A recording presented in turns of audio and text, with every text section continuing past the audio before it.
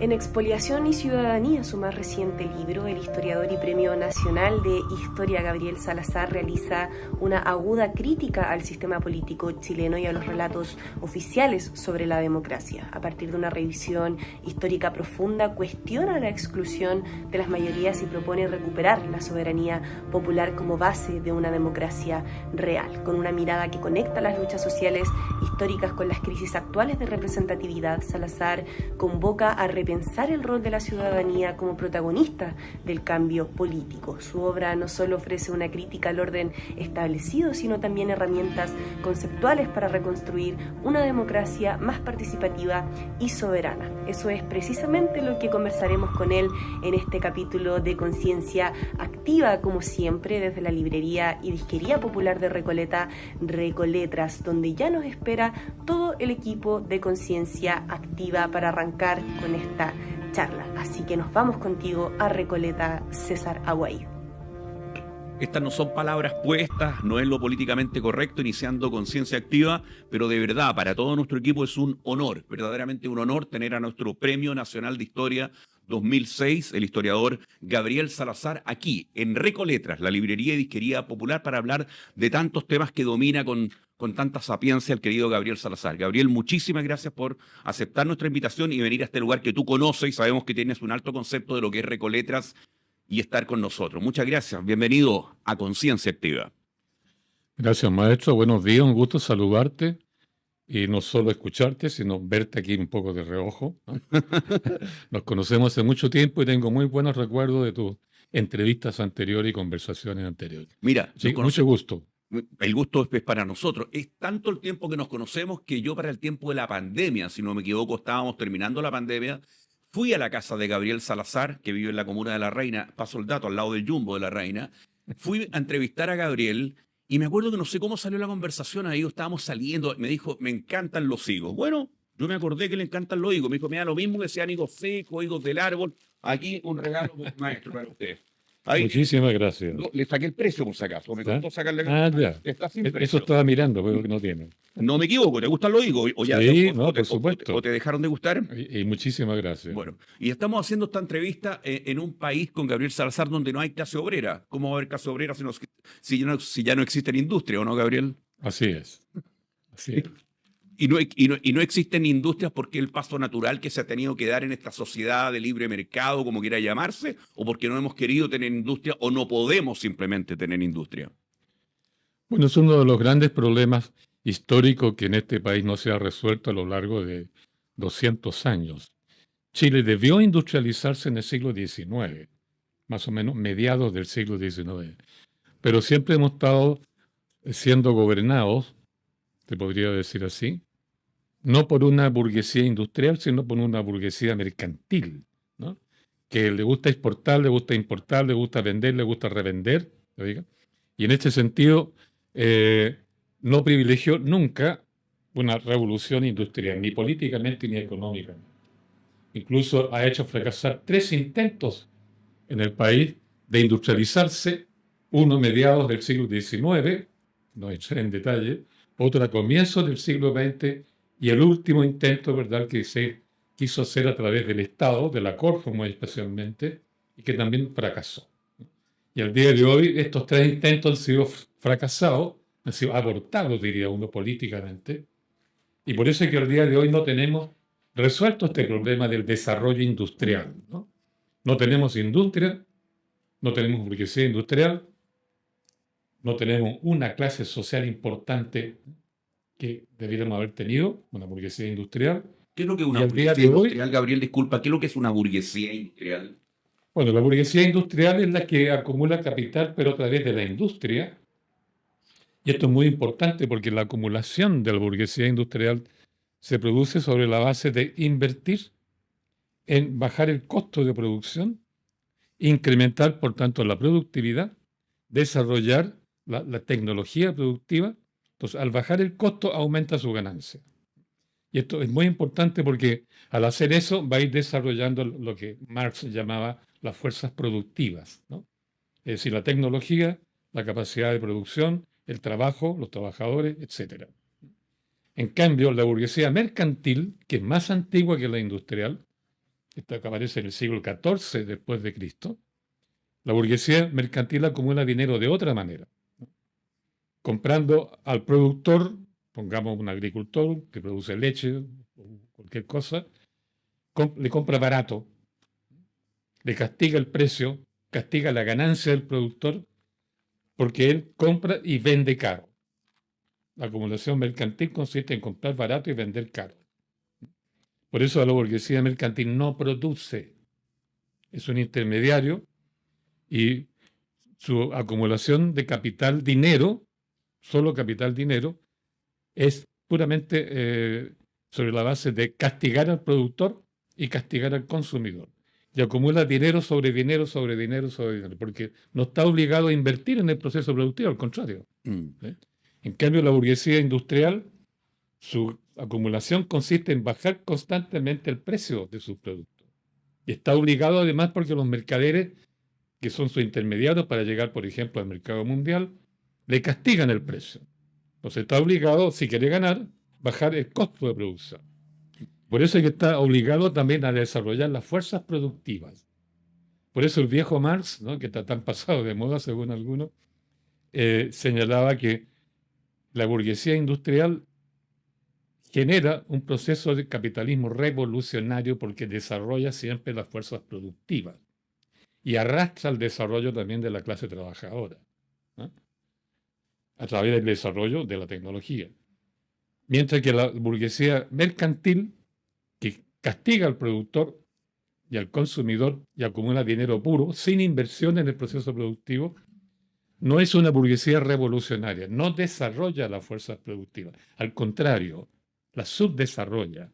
Genera, por tanto, subdesarrollo, marginalidad, pobreza, mientras se enriquecen los mercaderes a niveles increíbles. De ahí que prefieren incorporarse al mercado mundial, asociado al gran capital financiero o comercial mundial, y en ese sentido se van convirtiendo en una burguesía que se preocupa más del libre campismo internacional y ganar dinero en ese mercado internacional a través de la especulación financiera, que desarrollar las fuerzas productivas de su país, etcétera, etcétera. Alguien puede pensar, querido Gabriel Salazar, que tú además eres sociólogo, si no me equivoco. ¿Sí? ¿Te recibiste primero de historiador y después de sociólogo?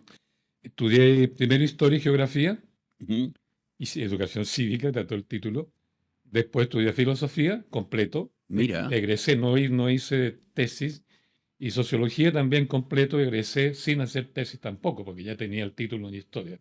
Mira, o sea, un hombre preparado, como se dice. Sí, pues quería complementar todas las variedades posibles de análisis del proceso histórico. En la universidad, en el tiempo tuyo, se reprobaba, porque hoy día uno tiene la sensación que, como en general el tema universitario es bastante ligado al tema económico, nadie tiene que reprobar, todos tienen que salir con su título. ¿En tu tiempo se reprobaba o también todo el mundo salía? No, también se reprobaba. Y se reprobaba muy honestamente, porque había una relación muy particular entre el alumno, el estudiante y el profesor, el catedrático. Porque en ese tiempo el discipulazgo, como tú seguías la carrera universitaria, dependía de la relación maestro-profesor. El profesor te descubría que tenía una cierta capacidad, digamos, para ciertas áreas del estudio, te cooptaba amigablemente, tú a él lo admirabas por su trabajo, lo seguías, te producía una relación como papá, hijo, maestro, discípulo, de amistad, de camaradería, pero dentro de un gran respeto. Entonces uno se esforzaba por cumplir, digamos, rendir al máximo en sus estudios, por tanto sacar la carrera con óptimas notas posibles, porque iba de alguna manera a pensar en reemplazar a tu maestro. Mira. Y el maestro te preparaba para reemplazarlo en la cátedra. Por eso yo tuve grandes maestros de ese tipo. Lo tuve en filosofía, Juan Ribano. Mira, el hermano del Paco Ribano. Gran también. maestro, del hermano de Juan Ribano. Exacto. En sociología, André Gunder Frank, un gringo, gran maestro también. Y en historia, sobre todo, a Mario Góngora. O sea, estás hablando de palabras mayores. Me quedé pensando, Gabriel Salazar, invitado a Conciencia Activa, en todas nuestras plataformas, por favor, poner me gusta. ¿Cómo no van a poner me gusta? Está Gabriel Salazar con nosotros. A hacer comentarios, la campanita, todo ese tipo de cosas porque nos favorece. Acá somos un equipo de amigos que queremos contribuir al pensamiento crítico en nuestro país. ¿Para qué va a haber, Gabriel Salazar, me quedé pensando en el tema de las trabajadoras y trabajadores, industria en Chile? Si alguien dice, mira, traer este lápiz sale 50 pesos, este vaso 22 pesos, esta taza 8 pesos. ¿Para qué vamos a poner una industria? Antes se fabricaban en Arica las citronetas, me acuerdo. Hoy día te trae un auto chino por muy poco. ¿Para qué vamos a invertir en eso si la ecuación no nos favorece? Bueno, esa es la tesis del capital comercial, ¿no? Para hablar de desarrollo, ellos usan la palabra consumo. Mira qué interesante. Desarrollo del consumo, ¿no? Tú puedes tener todo lo que quieras y lo compras en el mercado internacional. Y el capital comercial te lo trae, porque se asocia. Hay una hermandad de la costa, la hermandad de los piratas antes de la hermandad de la costa, ¿no? Le decían así. Porque la burguesía comercial se hermana con la gran burguesía internacional, con el gran capital internacional. Entonces, por eso es que todo lo refiere al gran mercado mundial, ¿no? Al gran mercado internacional. Y esa es burguesía comercial. Por eso es que, me acuerdo una vez que entrevisté una serie de empresarios industriales para un proyecto que me pidieron de la CEPAL, y hablando con uno de ellos, que no lo voy a nombrar, le dije, ¿por qué ustedes nunca han intentado invertir para desarrollar en Chile la producción de maquinaria, la producción de tecnología? Porque con eso generarían un abaratamiento de los costos de los medios de producción, en lugar de estar importando, con toda clase en ese tiempo había muchísimos aranceles muy altos. Y él me dijo, ¿para qué? Lo mismo que te dije yo. ¿Para qué vamos a desarrollar la industria, digamos, mecánica o metal mecánica o la industria pesada en Chile? La tecnología, me dijo, se importa. Se importa. Por eso es que en Chile, desde el siglo XIX, la importación de maquinaria, de herramientas, tecnología productiva, tiene 0% de arancel de importación. Por tanto, en Chile nunca se pudieron desarrollar fábricas de máquinas, porque el producto importado era más barato y desarrollar una capacidad productiva realmente competitiva en el mercado internacional era muy difícil.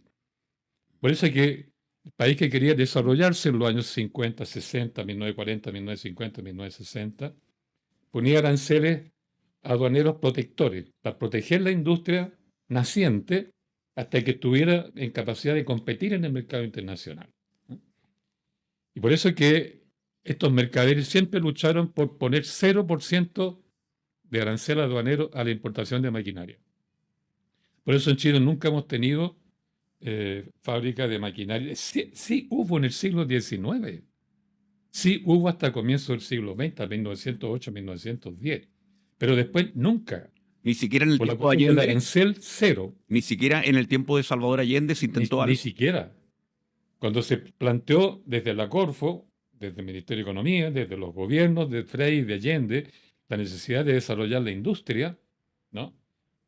Hablaron más de desarrollo que de industria, entre paréntesis. Y ya había, claro, ¿nos viene ese concepto de desarrollo con industria?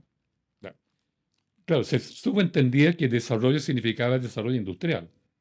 Pero en Chile se usó mucho más la palabra desarrollo como un concepto integral que abarcaba todo, ¿no? En ese que todo la que palabra está. industrialización a secas, ¿no? Y en ese todo que está.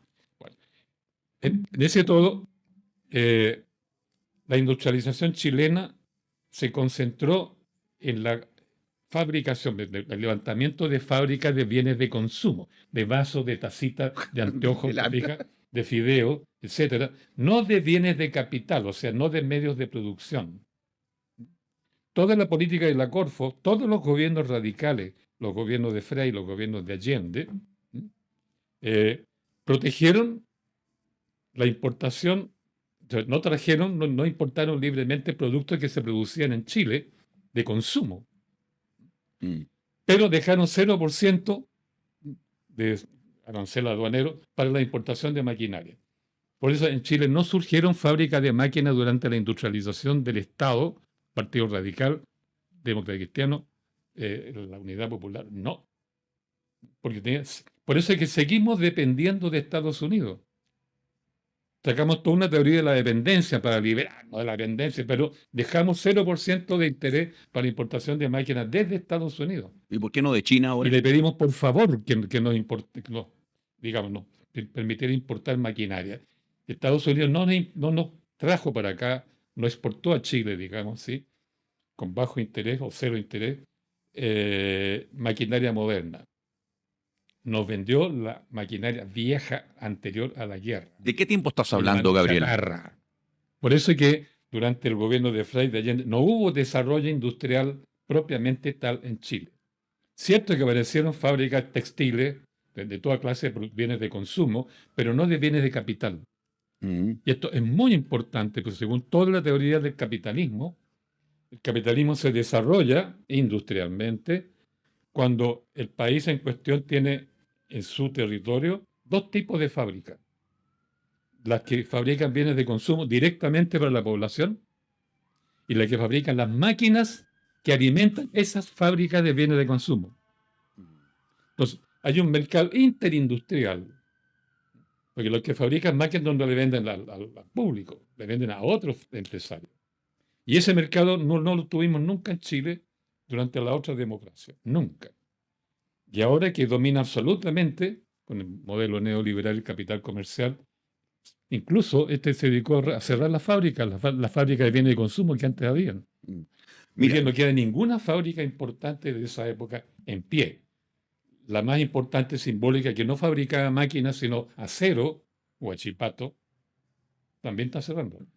ya vamos a conversar con Gabriel Salazar de su último libro que se llama Expoliación Política de la Ciudadanía en Chile, de la editorial Debate. Pero antes me contaba nuestro editor periodístico, Ciel Moya, que cuando te llamó para hacerte esta invitación, dijiste inmediatamente voy a Recoleta, que tienes un alto concepto de lo que ocurre a nivel cultural en esta comuna donde hoy estamos en Recoleta, Gabriel. ¿Es así o no? Has estado muchas veces invitado a las ferias del libro acá, además. Sí, además, sí. Bueno, yo conozco todos estos barrios porque yo nací y viví 20 años, toda mi infancia y juventud, adolescencia, aquí en la población Manuel Montt, que está dentro de la Comuna de Independencia, a este lado del río, por tanto en La Chimba, y circulé, por tanto, en todo este sector, Independencia, Recoleta, etcétera, etcétera, todo el barrio de La Vega, del mercado al otro lado, por tanto lo conozco muy bien. Y La Chimba siempre ha tenido una característica que uno lo ve viniendo para acá, uno me di cuenta de nuevo. Todavía Recoleta tiene muchas casas cuya construcción es de comienzo del siglo XX. Mira, sí, pues. Casas con puerta a la calle, Exactamente. ¿verdad? Exacto. De sí. un piso. Sí. Que tú entras y hay que bajar un escalón, ¿verdad? Y adentro tienen uno o dos patios. Y son angostitas. Así de Eja. El pasillo para entrar. Claro. Entonces, estas casas se caracterizan porque yo sí viví, yo lo he visto. No sé si ahora, pero en mi tiempo era costumbre que la gente sacara su sillita en la tarde, como las 7 u 8, Exacto. a la hora del crepúsculo, en la puerta hacia el lado de la vereda. Mm. Y conversaban las señoras de casa a casa a través de la calle. Y los chiquillos jugaban entre medio, porque se jugaba en la calle. Yo aprendí fútbol jugando la pelota en la calle, ¿no? Con pelota y trapo, nada más y nada menos. ¿Tú jugabas de puntero izquierdo o no? De defensa izquierda. Lateral izquierdo, entonces. Lateral izquierdo. ¿Siempre a la izquierda? Por el lado del fútbol, sí. No, y la vida no. También. Gabriel Salazar. Los historiadores, decía Gabriel, lo escuché en una entrevista, no son como los periodistas, no, que les gusta analizar la cosa en el momento. Los historiadores, señalaba nuestro Premio Nacional de Historia, aquí en Conciencia Activa, necesitan un tiempo amplio para analizar. 40, 50 años. Bueno, 50 años lo que lleva el neoliberalismo instalado en Chile. ¿En qué momento se encuentra el neoliberalismo hoy en nuestro país, Gabriel Salazar? Bueno, dos cosas yo creo que es importante decir antes de responder directamente a la pregunta, que en la entrevista hay dos tipos de discurso frente a lo que le dice el periodista. El periodista tiende a trabajar con el tiempo corto. Ya la pregunta es tuya, hoy, ¿qué pasa hoy? Es hoy, ayer y mañana. Es el tiempo corto. El periodismo trabaja por eso con el tiempo coetáneo, digamos, la contemporaneidad pura, el tiempo presente, a fecha fija. con nombre y apellido, etcétera, etcétera. Pero Gabriel, eso serán los periodistas, porque yo soy actor, te paso el dato. Claro. Ya. Entonces las preguntas tienden a estar ubicadas, cuando hay entrevistas de periodistas, en el tiempo presente. Las respuestas pueden provenir de dos tipos de entrevistados. El que es político va a responder ideológicamente, Ya. de acuerdo a su partido, ¿te fijas? Y se va a diferenciar de los otros partidos por diferencia ideológica, más que por el análisis profundo del problema o de los problemas que interesa resolver. Ujú. Por eso es que ellos responden rápidamente con frases cortantes, pero de carácter ideológico, que son más bien afirmativos, ¿sí? Son categóricas. Un historiador no puede responder así, Aunque El sea historiador tiene militante, que- aunque sea militante. aunque sea militante. Ya. El verdadero historiador te responde desde el proceso histórico, desde los hechos históricos. Por tanto, tiene que ir probando lo que dice, y además no solo del tiempo presente. El verdadero historiador se mueve en periodos largos de tiempo. Porque los procesos históricos que son realmente importantes no son el día a día, son los procesos de más largo plazo. Por eso cuando discutíamos sobre el modelo neoliberal, uno hablaba con tiempo presente y decían la necesidad de libertad de mercado, la libertad individual, el voto individual, etcétera, etcétera, etcétera. Pero uno decía, no, este es un modelo que partió en el año 71, lo promovió Estados Unidos, recién logró que mundialmente se aprobara el 85 y el 92 logró establecerlo ya como una instancia mundial. ¿Ah? Modelo de globalización del mercado neoliberal con dominio del capital financiero. ¿Ya? Pero su gran crisis fue el 2008-2009, lo que los periodistas llaman una crisis subprime, pero que los historiadores le pusimos otro nombre. La crisis terminal del modelo neoliberal. Por eso para nosotros hablamos de periodos históricos largos, porque es una tendencia que domina varios años, normalmente 30 o 40 años. Ujú. 30 o 40 años. Esos son los periodos que un economista llamó los ciclos Kondratiev, por el nombre del economista. Pero da lo mismo. Entonces uno habla a partir de procesos, que puede que hoy estemos aquí, pero uno puede ver hasta allá. Entonces, Sí. por eso, lo que yo vengo examinando son procesos históricos, entre ellos cómo llegó a Chile a establecerse el modelo neoliberal. El 75 se instaló el Claro. 75 promedio en nuestro país. En nuestro país, 73. ¿Tú crees que al tiro? ¿O el Sí, 70? Ya. el golpe de Estado en Chile no lo dio la oligarquía chilena. Eso hay que metérselo en la cabeza. La oligarquía chilena, históricamente, yo sigo mirando así en larga duración, no tiene capacidad de dar un golpe de Estado bien dado. Y un golpe de Estado que tenga una proyección de largo plazo, como era el modelo neoliberal. Pero, por ejemplo, perdóname, Gabriel, las AFP se instalaron en el año 81.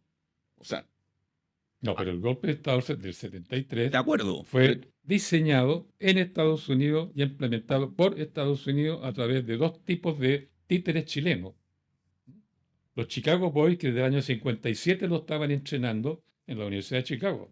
Son miles de economistas entrenados por Chicago. Y por otro lado, los oficiales del ejército. Porque los gobiernos radicales democristianos, siguiendo el modelo de Alessandri, dejó a los militares fuera del proyecto desarrollista. Lo aislaron. Porque los militares habían dado un golpe de Estado contra Alessandri, contra la clase política el 24. Por eso Alessandri lo mandaron al exilio, volando. Volando el año en septiembre del año 24. Por eso Alessandri quedó resentido con los militares y todos los políticos también, porque los militares mandaron a su casa a todos los políticos también en septiembre del año 24. Y sacaron un manifiesto al pueblo de Chile y ahí plantearon dos cosas o tres cosas. Uno, hemos hecho esto, dar este golpe de Estado, mandado a cambiar el presidente y a todos los políticos del Congreso, por una razón, dijeron, quirúrgica. Estrictamente quirúrgica, no ideológica. ¿Por qué quirúrgica? Porque extirpamos de raíz el cáncer Ujú. que estaba de alguna manera infectando el Estado chileno. Y el cáncer eran los políticos, los mandaron cambiar todo. Y en segundo lugar, ese manifiesto al pueblo de Chile dijeron, no vamos a gobernar nosotros, los militares. No vamos a poner ni un caudillo ni un dictador. Y en tercer lugar, vamos a convocar al pueblo de Chile para que se organice una asamblea constituyente y dicte una nueva constitución a partir de su voluntad soberana. Ya, Eso no se cuenta, nadie lo discute, pero los militares dieron ese golpe de Estado. Por eso Alessandri, que lo mandaron cambiar a Ya. Italia, odió a los militares. pero Gabriel, Por eso, déjame también, cortito. sí, sí, sí. Por eso es que durante su segundo gobierno, Alessandri, del 32 al 38, ¿qué es lo que hizo? Organizó una guardia republicana de 44.000 hombres, digamos, armados y entrenados por el propio general del ejército en jefe, ¿no? Para evitar que los militares dieran un nuevo golpe de Estado contra él. Por eso todos los políticos que los mandó cambiar el ejército del año 24 del gobierno, dejaron fuera a los militares. Este es un detalle bien importante, porque los militares quedaron fuera de los proyectos políticos del Frente Popular, del Partido Radical, de Ibáñez del Campo, de la Democracia Cristiana y del... El único, dicen ellos, presidente que los reincorpora de nuevo al Estado fue Allende. De Todos acuerdo. los otros lo dejaron fuera. ¿Y qué pasó? ¿Por qué digo esto? ¿Por qué digo esto? Porque quedaron los militares, como quien dice, outside de todo el proceso de desarrollo industrial promovido por la Corfo, etcétera, y las reformas pertinentes. Quedaron fuera. Y Estados Unidos entonces los invita a estudiar en la Casa de las Américas. Miles de oficiales se formaron en la Casa de las Américas, aprendieron ahí. Primero, a odiar a Rusia, el comunismo. Y segundo, aprendieron cómo se instala un modelo neoliberal. Me entra una duda, la que te quiero consultar aquí en Conciencia Activa, Gabriel Salazar, nuestro Premio Nacional de Historia. ¿Y por qué no hicieron eso el 73? Mandar a los militares. Con el golpe del 73, ¿qué mezcla hubo ahí? En relación a la que tú hablas con Alessandri. Bueno, el golpe de Estado, vuelvo a repetir, no lo dio la clase política chilena. No lo dio la derecha. ¿Por qué Estados Unidos dejó a los militares? Organizado por Estados Unidos. ¿Y por qué Estados Unidos deja a Te Pinochet? explico por qué rápidamente, porque te respondo desde la historia, donde te puedo decir una frase así categórica, redonda. Cuando termina la Guerra Mundial, se hizo una gran conferencia entre las grandes potencias que estaban ganando el gobierno terminado. Terminó el 45, esta conferencia fue el 44, fin del 44. Que estaban ganando la guerra, o sea, Inglaterra, Estados Unidos, Francia, qué sé yo, pero se le ocurrió invitar a una cantidad de estados del tercer mundo, que en esa conferencia que realizaron eran mayoría. Y esa conferencia se hizo en Bretton Woods, un pequeño pueblo de Estados Unidos, Bretton Woods, nadie habla de esto, ¿no? ¿Qué se acordó en Bretton Woods? Es como la pregunta que hoy día tenemos, ¿qué vamos a hacer ahora? Después que está cayendo el modelo neoliberal.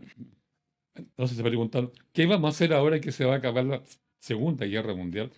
Porque pasaron 30 años, 1914 a 1944, que hubieron dos guerras mundiales, una tremenda crisis económica en 1929-30, Europa destruida, Japón arrasado por la bomba atómica, todas las economías descuartizadas en el mundo por esta guerra, 200 millones de muertos. Entonces, en el año 44 se respiraba en todas partes pesimismo. Perdimos el control de nuestra historia. La historia nos ha deshumanizado en estos 30 años. Nos matamos mutuamente, lo estamos destruyendo. Por eso es que en esa conferencia se decidió crear un nuevo mundo. Y ese nuevo mundo consistía, fíjate lo que voy a decir, primero, regular, controlar, racionalizar los procesos económicos. Primero el financiero, movimiento de capitales, y se crea el Fondo Monetario Internacional para regular el movimiento financiero. Después el comercio, las tarifas aduaneras, y se crea el GATT, le llamaron, General Agreement of Taxes and Tariffs, ¿no? Para controlar el comercio y las tarifas aduaneras. Se crea el Banco Internacional de Reconstrucción y para reconstruir Europa y desarrollar los países del tercer mundo. Se crean las Naciones Unidas con una especie de gobierno mundial para garantizar la paz mundial. Entonces, eso marcó un nuevo mundo después del 44. Integración, paz, regulación de la economía, ¿te fijas? Y desarrollo económico, inversión para el desarrollo industrial. Por eso que esos acuerdos se logran porque hubo una votación mayoritaria en los países del tercer mundo. Las grandes potencias vencedoras eran minorías. Y eso abre un ciclo que tuvo enorme repercusión en América Latina y en Chile. Se creó la CEPAL, Comité Económico para América Latina, en el contexto de las Naciones Unidas. ¿Sí? La CEPAL, ¿qué hizo? Creó una nueva ciencia económica. Porque ahí la ciencia económica era la de Adam Smith. Libre mercado, punto. En cambio, la nueva economía es ciencia del desarrollo económico.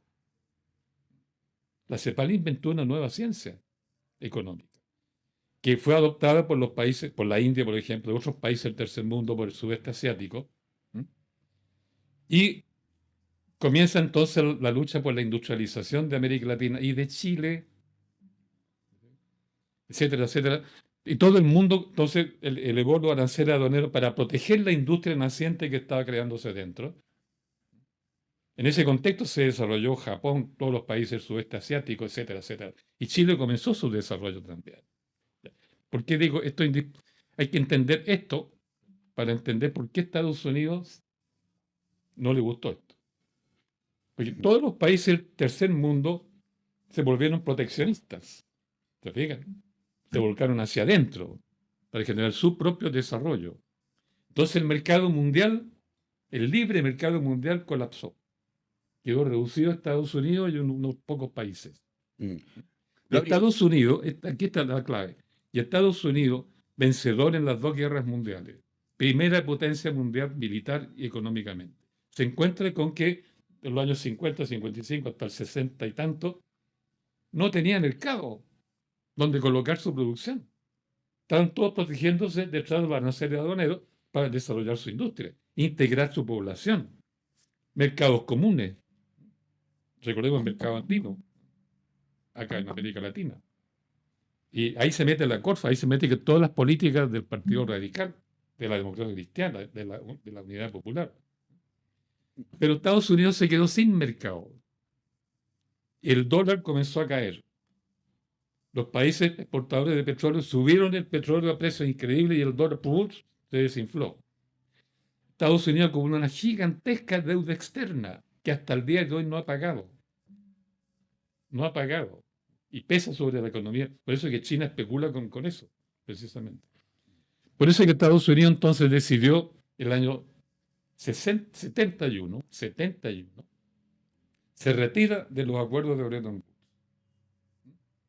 Renuncia a toda esa política, se independiza y asume por sí solo la política neoliberal.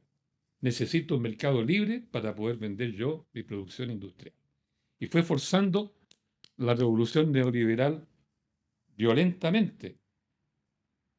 ¿Y por dónde empezó? Por Chile. Por Chile. Porque Allende, ¿verdad?, sacó su programita, ¿verdad?, voy a hacer una revolución socialista a partir de un Estado liberal. Porque la Constitución del 25 era liberal. Y Allende dijo, voy a respetar la Constitución. Por eso la revolución la va a hacer el gobierno del pueblo respetando la Constitución. ¿No tenía que haberla respetado para ti? Bueno, los hechos demuestran que no debía respetarla. Porque no se podía hacer una revolución socialista a partir de un Estado liberal. Gabriel, pero respóndeme por favor en 30 segundos. Yo sé que eso te molesta, pero un poco la pregunta que te hice anteriormente, donde tú hiciste una interesante y profunda reflexión. Hoy día, este modelo neoliberal que instala Estados Unidos en Chile, dices tú, el año 71 y del golpe de Estado, etcétera. Este modelo neoliberal donde todos somos un número, donde muy pocos ganan mucho, donde la gran mayoría gana muy poco, es un modelo de sobrevivencia, etcétera, etcétera. ¿En qué momento está? Después de 50 años. En su crisis terminal. Crisis terminal. Terminal. O sea, ya está con metástasis, dices tú. Hay dos hechos contundentes. Uno, nunca funcionó realmente la globalización del mercado financiero. Si bien funcionó para Estados Unidos, Chile, por supuesto, fue un Estado neoliberal más perfecto que Estados Unidos y que otros más, porque fue un modelo perfecto que se construyó acá. Excelente alumno. Claro. Efectivamente, se integraron en un mercado libre, pero se le escapó la, la Federación Rusa, que se llama ahora, se le escapó China, se le escapó Japón, se le escapó el sudeste asiático, se le escapó Indonesia, ¿ah? Malasia, qué sé yo, etcétera. Se le anda escapando también la India. O sea, no hubo una real globalización neoliberal. Fue a media. Ujú. Y por eso es que Estados Unidos no logró realmente desarrollarse como ellos querían, con un mercado absolutamente abierto a su poder económico. No lo lograron. Por eso es que aparece China, aparecen los BRICS hoy día, Claro. que están aumentando día por día su número, de 5 ya van como 20 o 25, que van a constituirse pronto de una entidad total. Chile está quedando absolutamente aislado. Es el único país que tiene un modelo neoliberal perfecto. Estados Unidos hoy día ya no, pues. Sí, Con pero, Trump está volviendo a una política proteccionista que fue propia de los años 45-50. pero Chile, Él mismo está destruyendo el modelo neoliberal.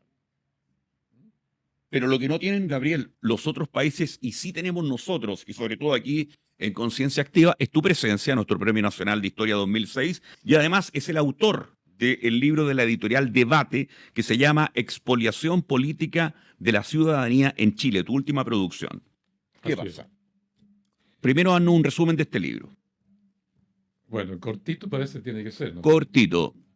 Que es un libro que tiene 900 páginas. Usted verá por qué lo escribió en 900 páginas, pues, Gabriel. Mira, no te voy a responder directamente, pero vamos a responderte de todas maneras. Ya. En Chile no tenemos industria. La poca que existió, del 73 para acá, no quedó nada. No hay nada.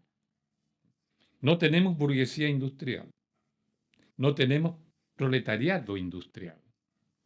Porque la verdadera clase obrera revolucionaria en que pensó Marx era absolutamente una clase trabajadora dentro del sector industrial. Por muchas razones que la acabo de explicar. No tenemos nada de eso. Entonces, ¿qué podemos decir? Si alguien es de izquierda, ¿qué va a decir? ¿Revolución proletaria? ¿Quién va a vanguardizar la revolución de acuerdo al marxismo y la prédica también leninista? La clase obrera. No tenemos clase obrera. No tenemos ni burguesía industrial, ni tenemos industria.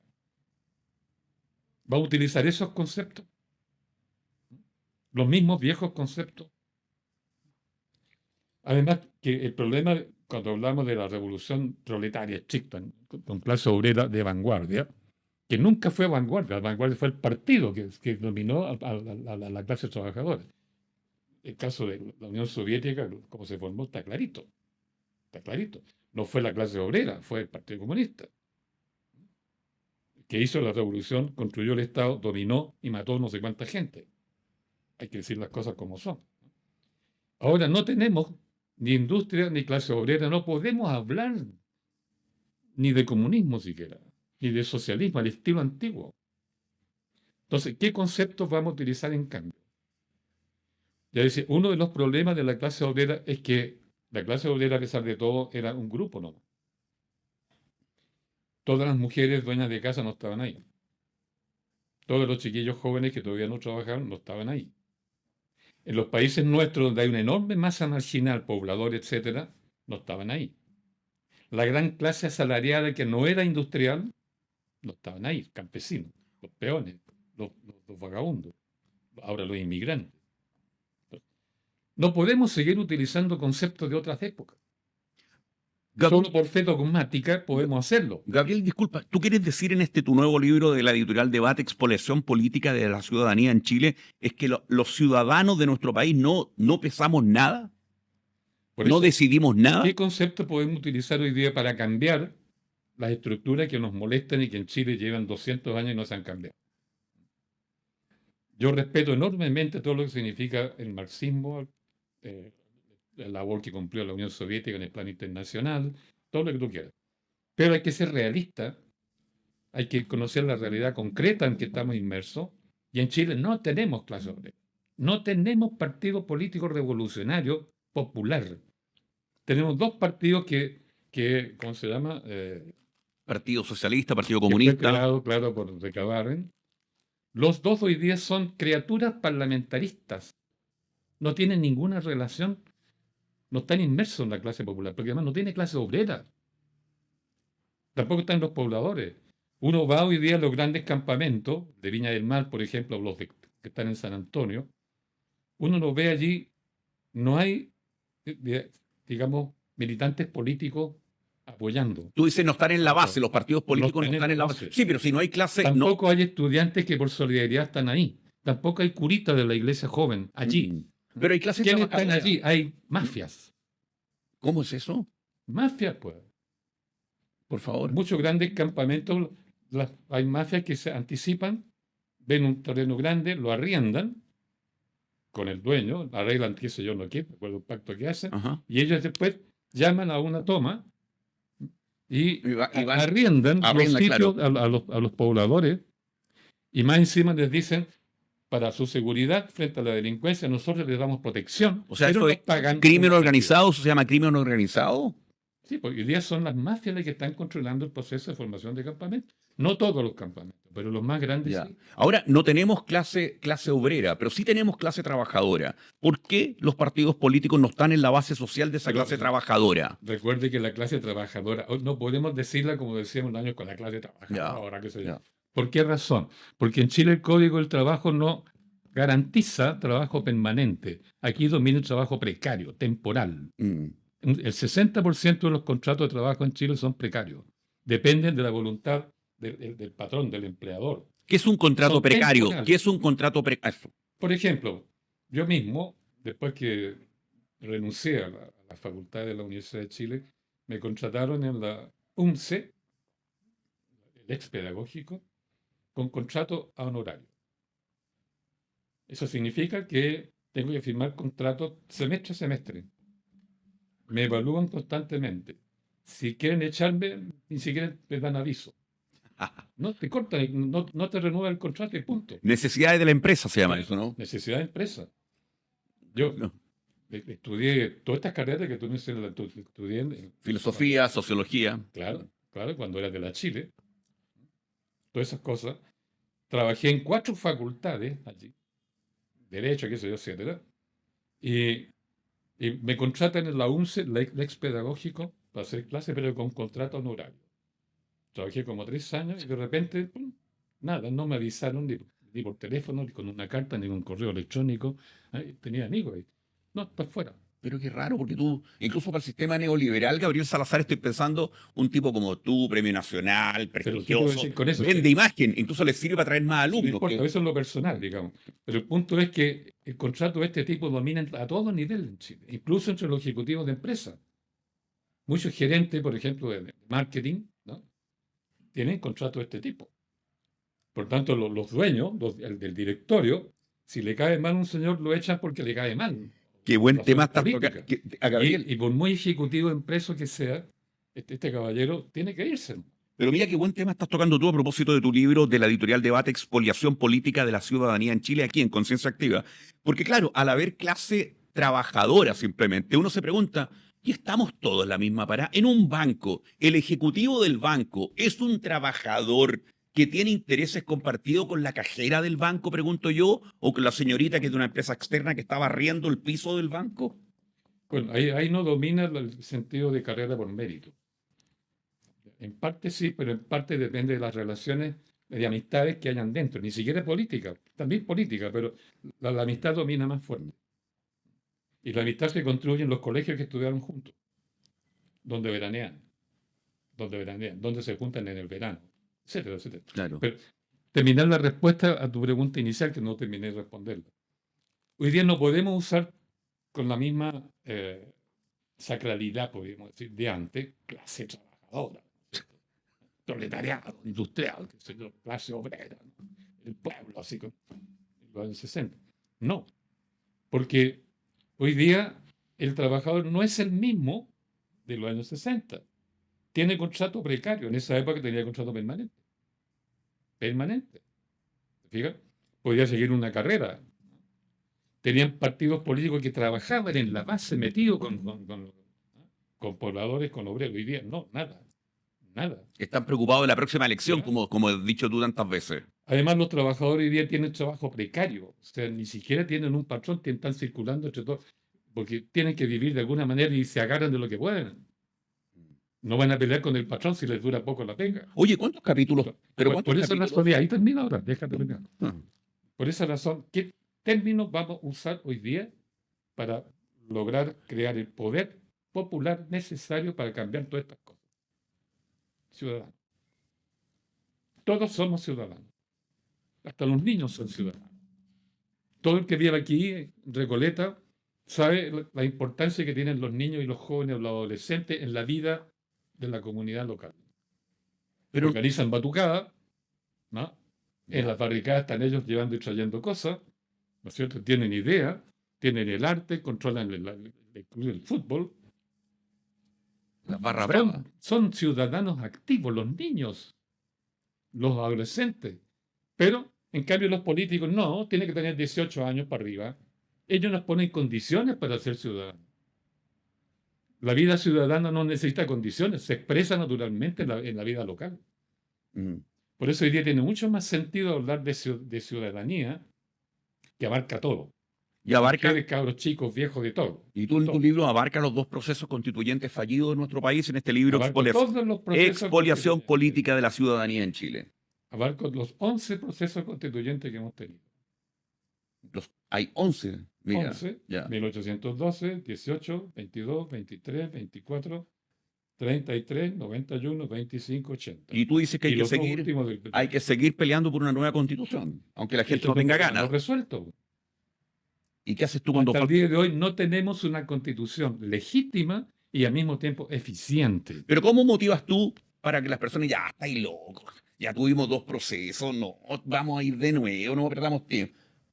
¿Cómo tú a ese tipo de mentalidad la motivas a que tenemos que resolver este tema, Gabriel Salazar, en Le Conciencia Activa? explicaría por qué estamos metidos donde estamos, por cuanto todos estos regímenes, incluso sobre todo el que vino después de Pinochet, entienden que el pueblo no es pueblo, es individuo. Mm. Nos tratan como individuos. El voto Ah. nuestro es individual. Además de individual, es secreto. Por tanto, voy con mordaza a votar. No delibero con mis iguales. No tomo decisiones colectivas. Elijo gente sin mandato.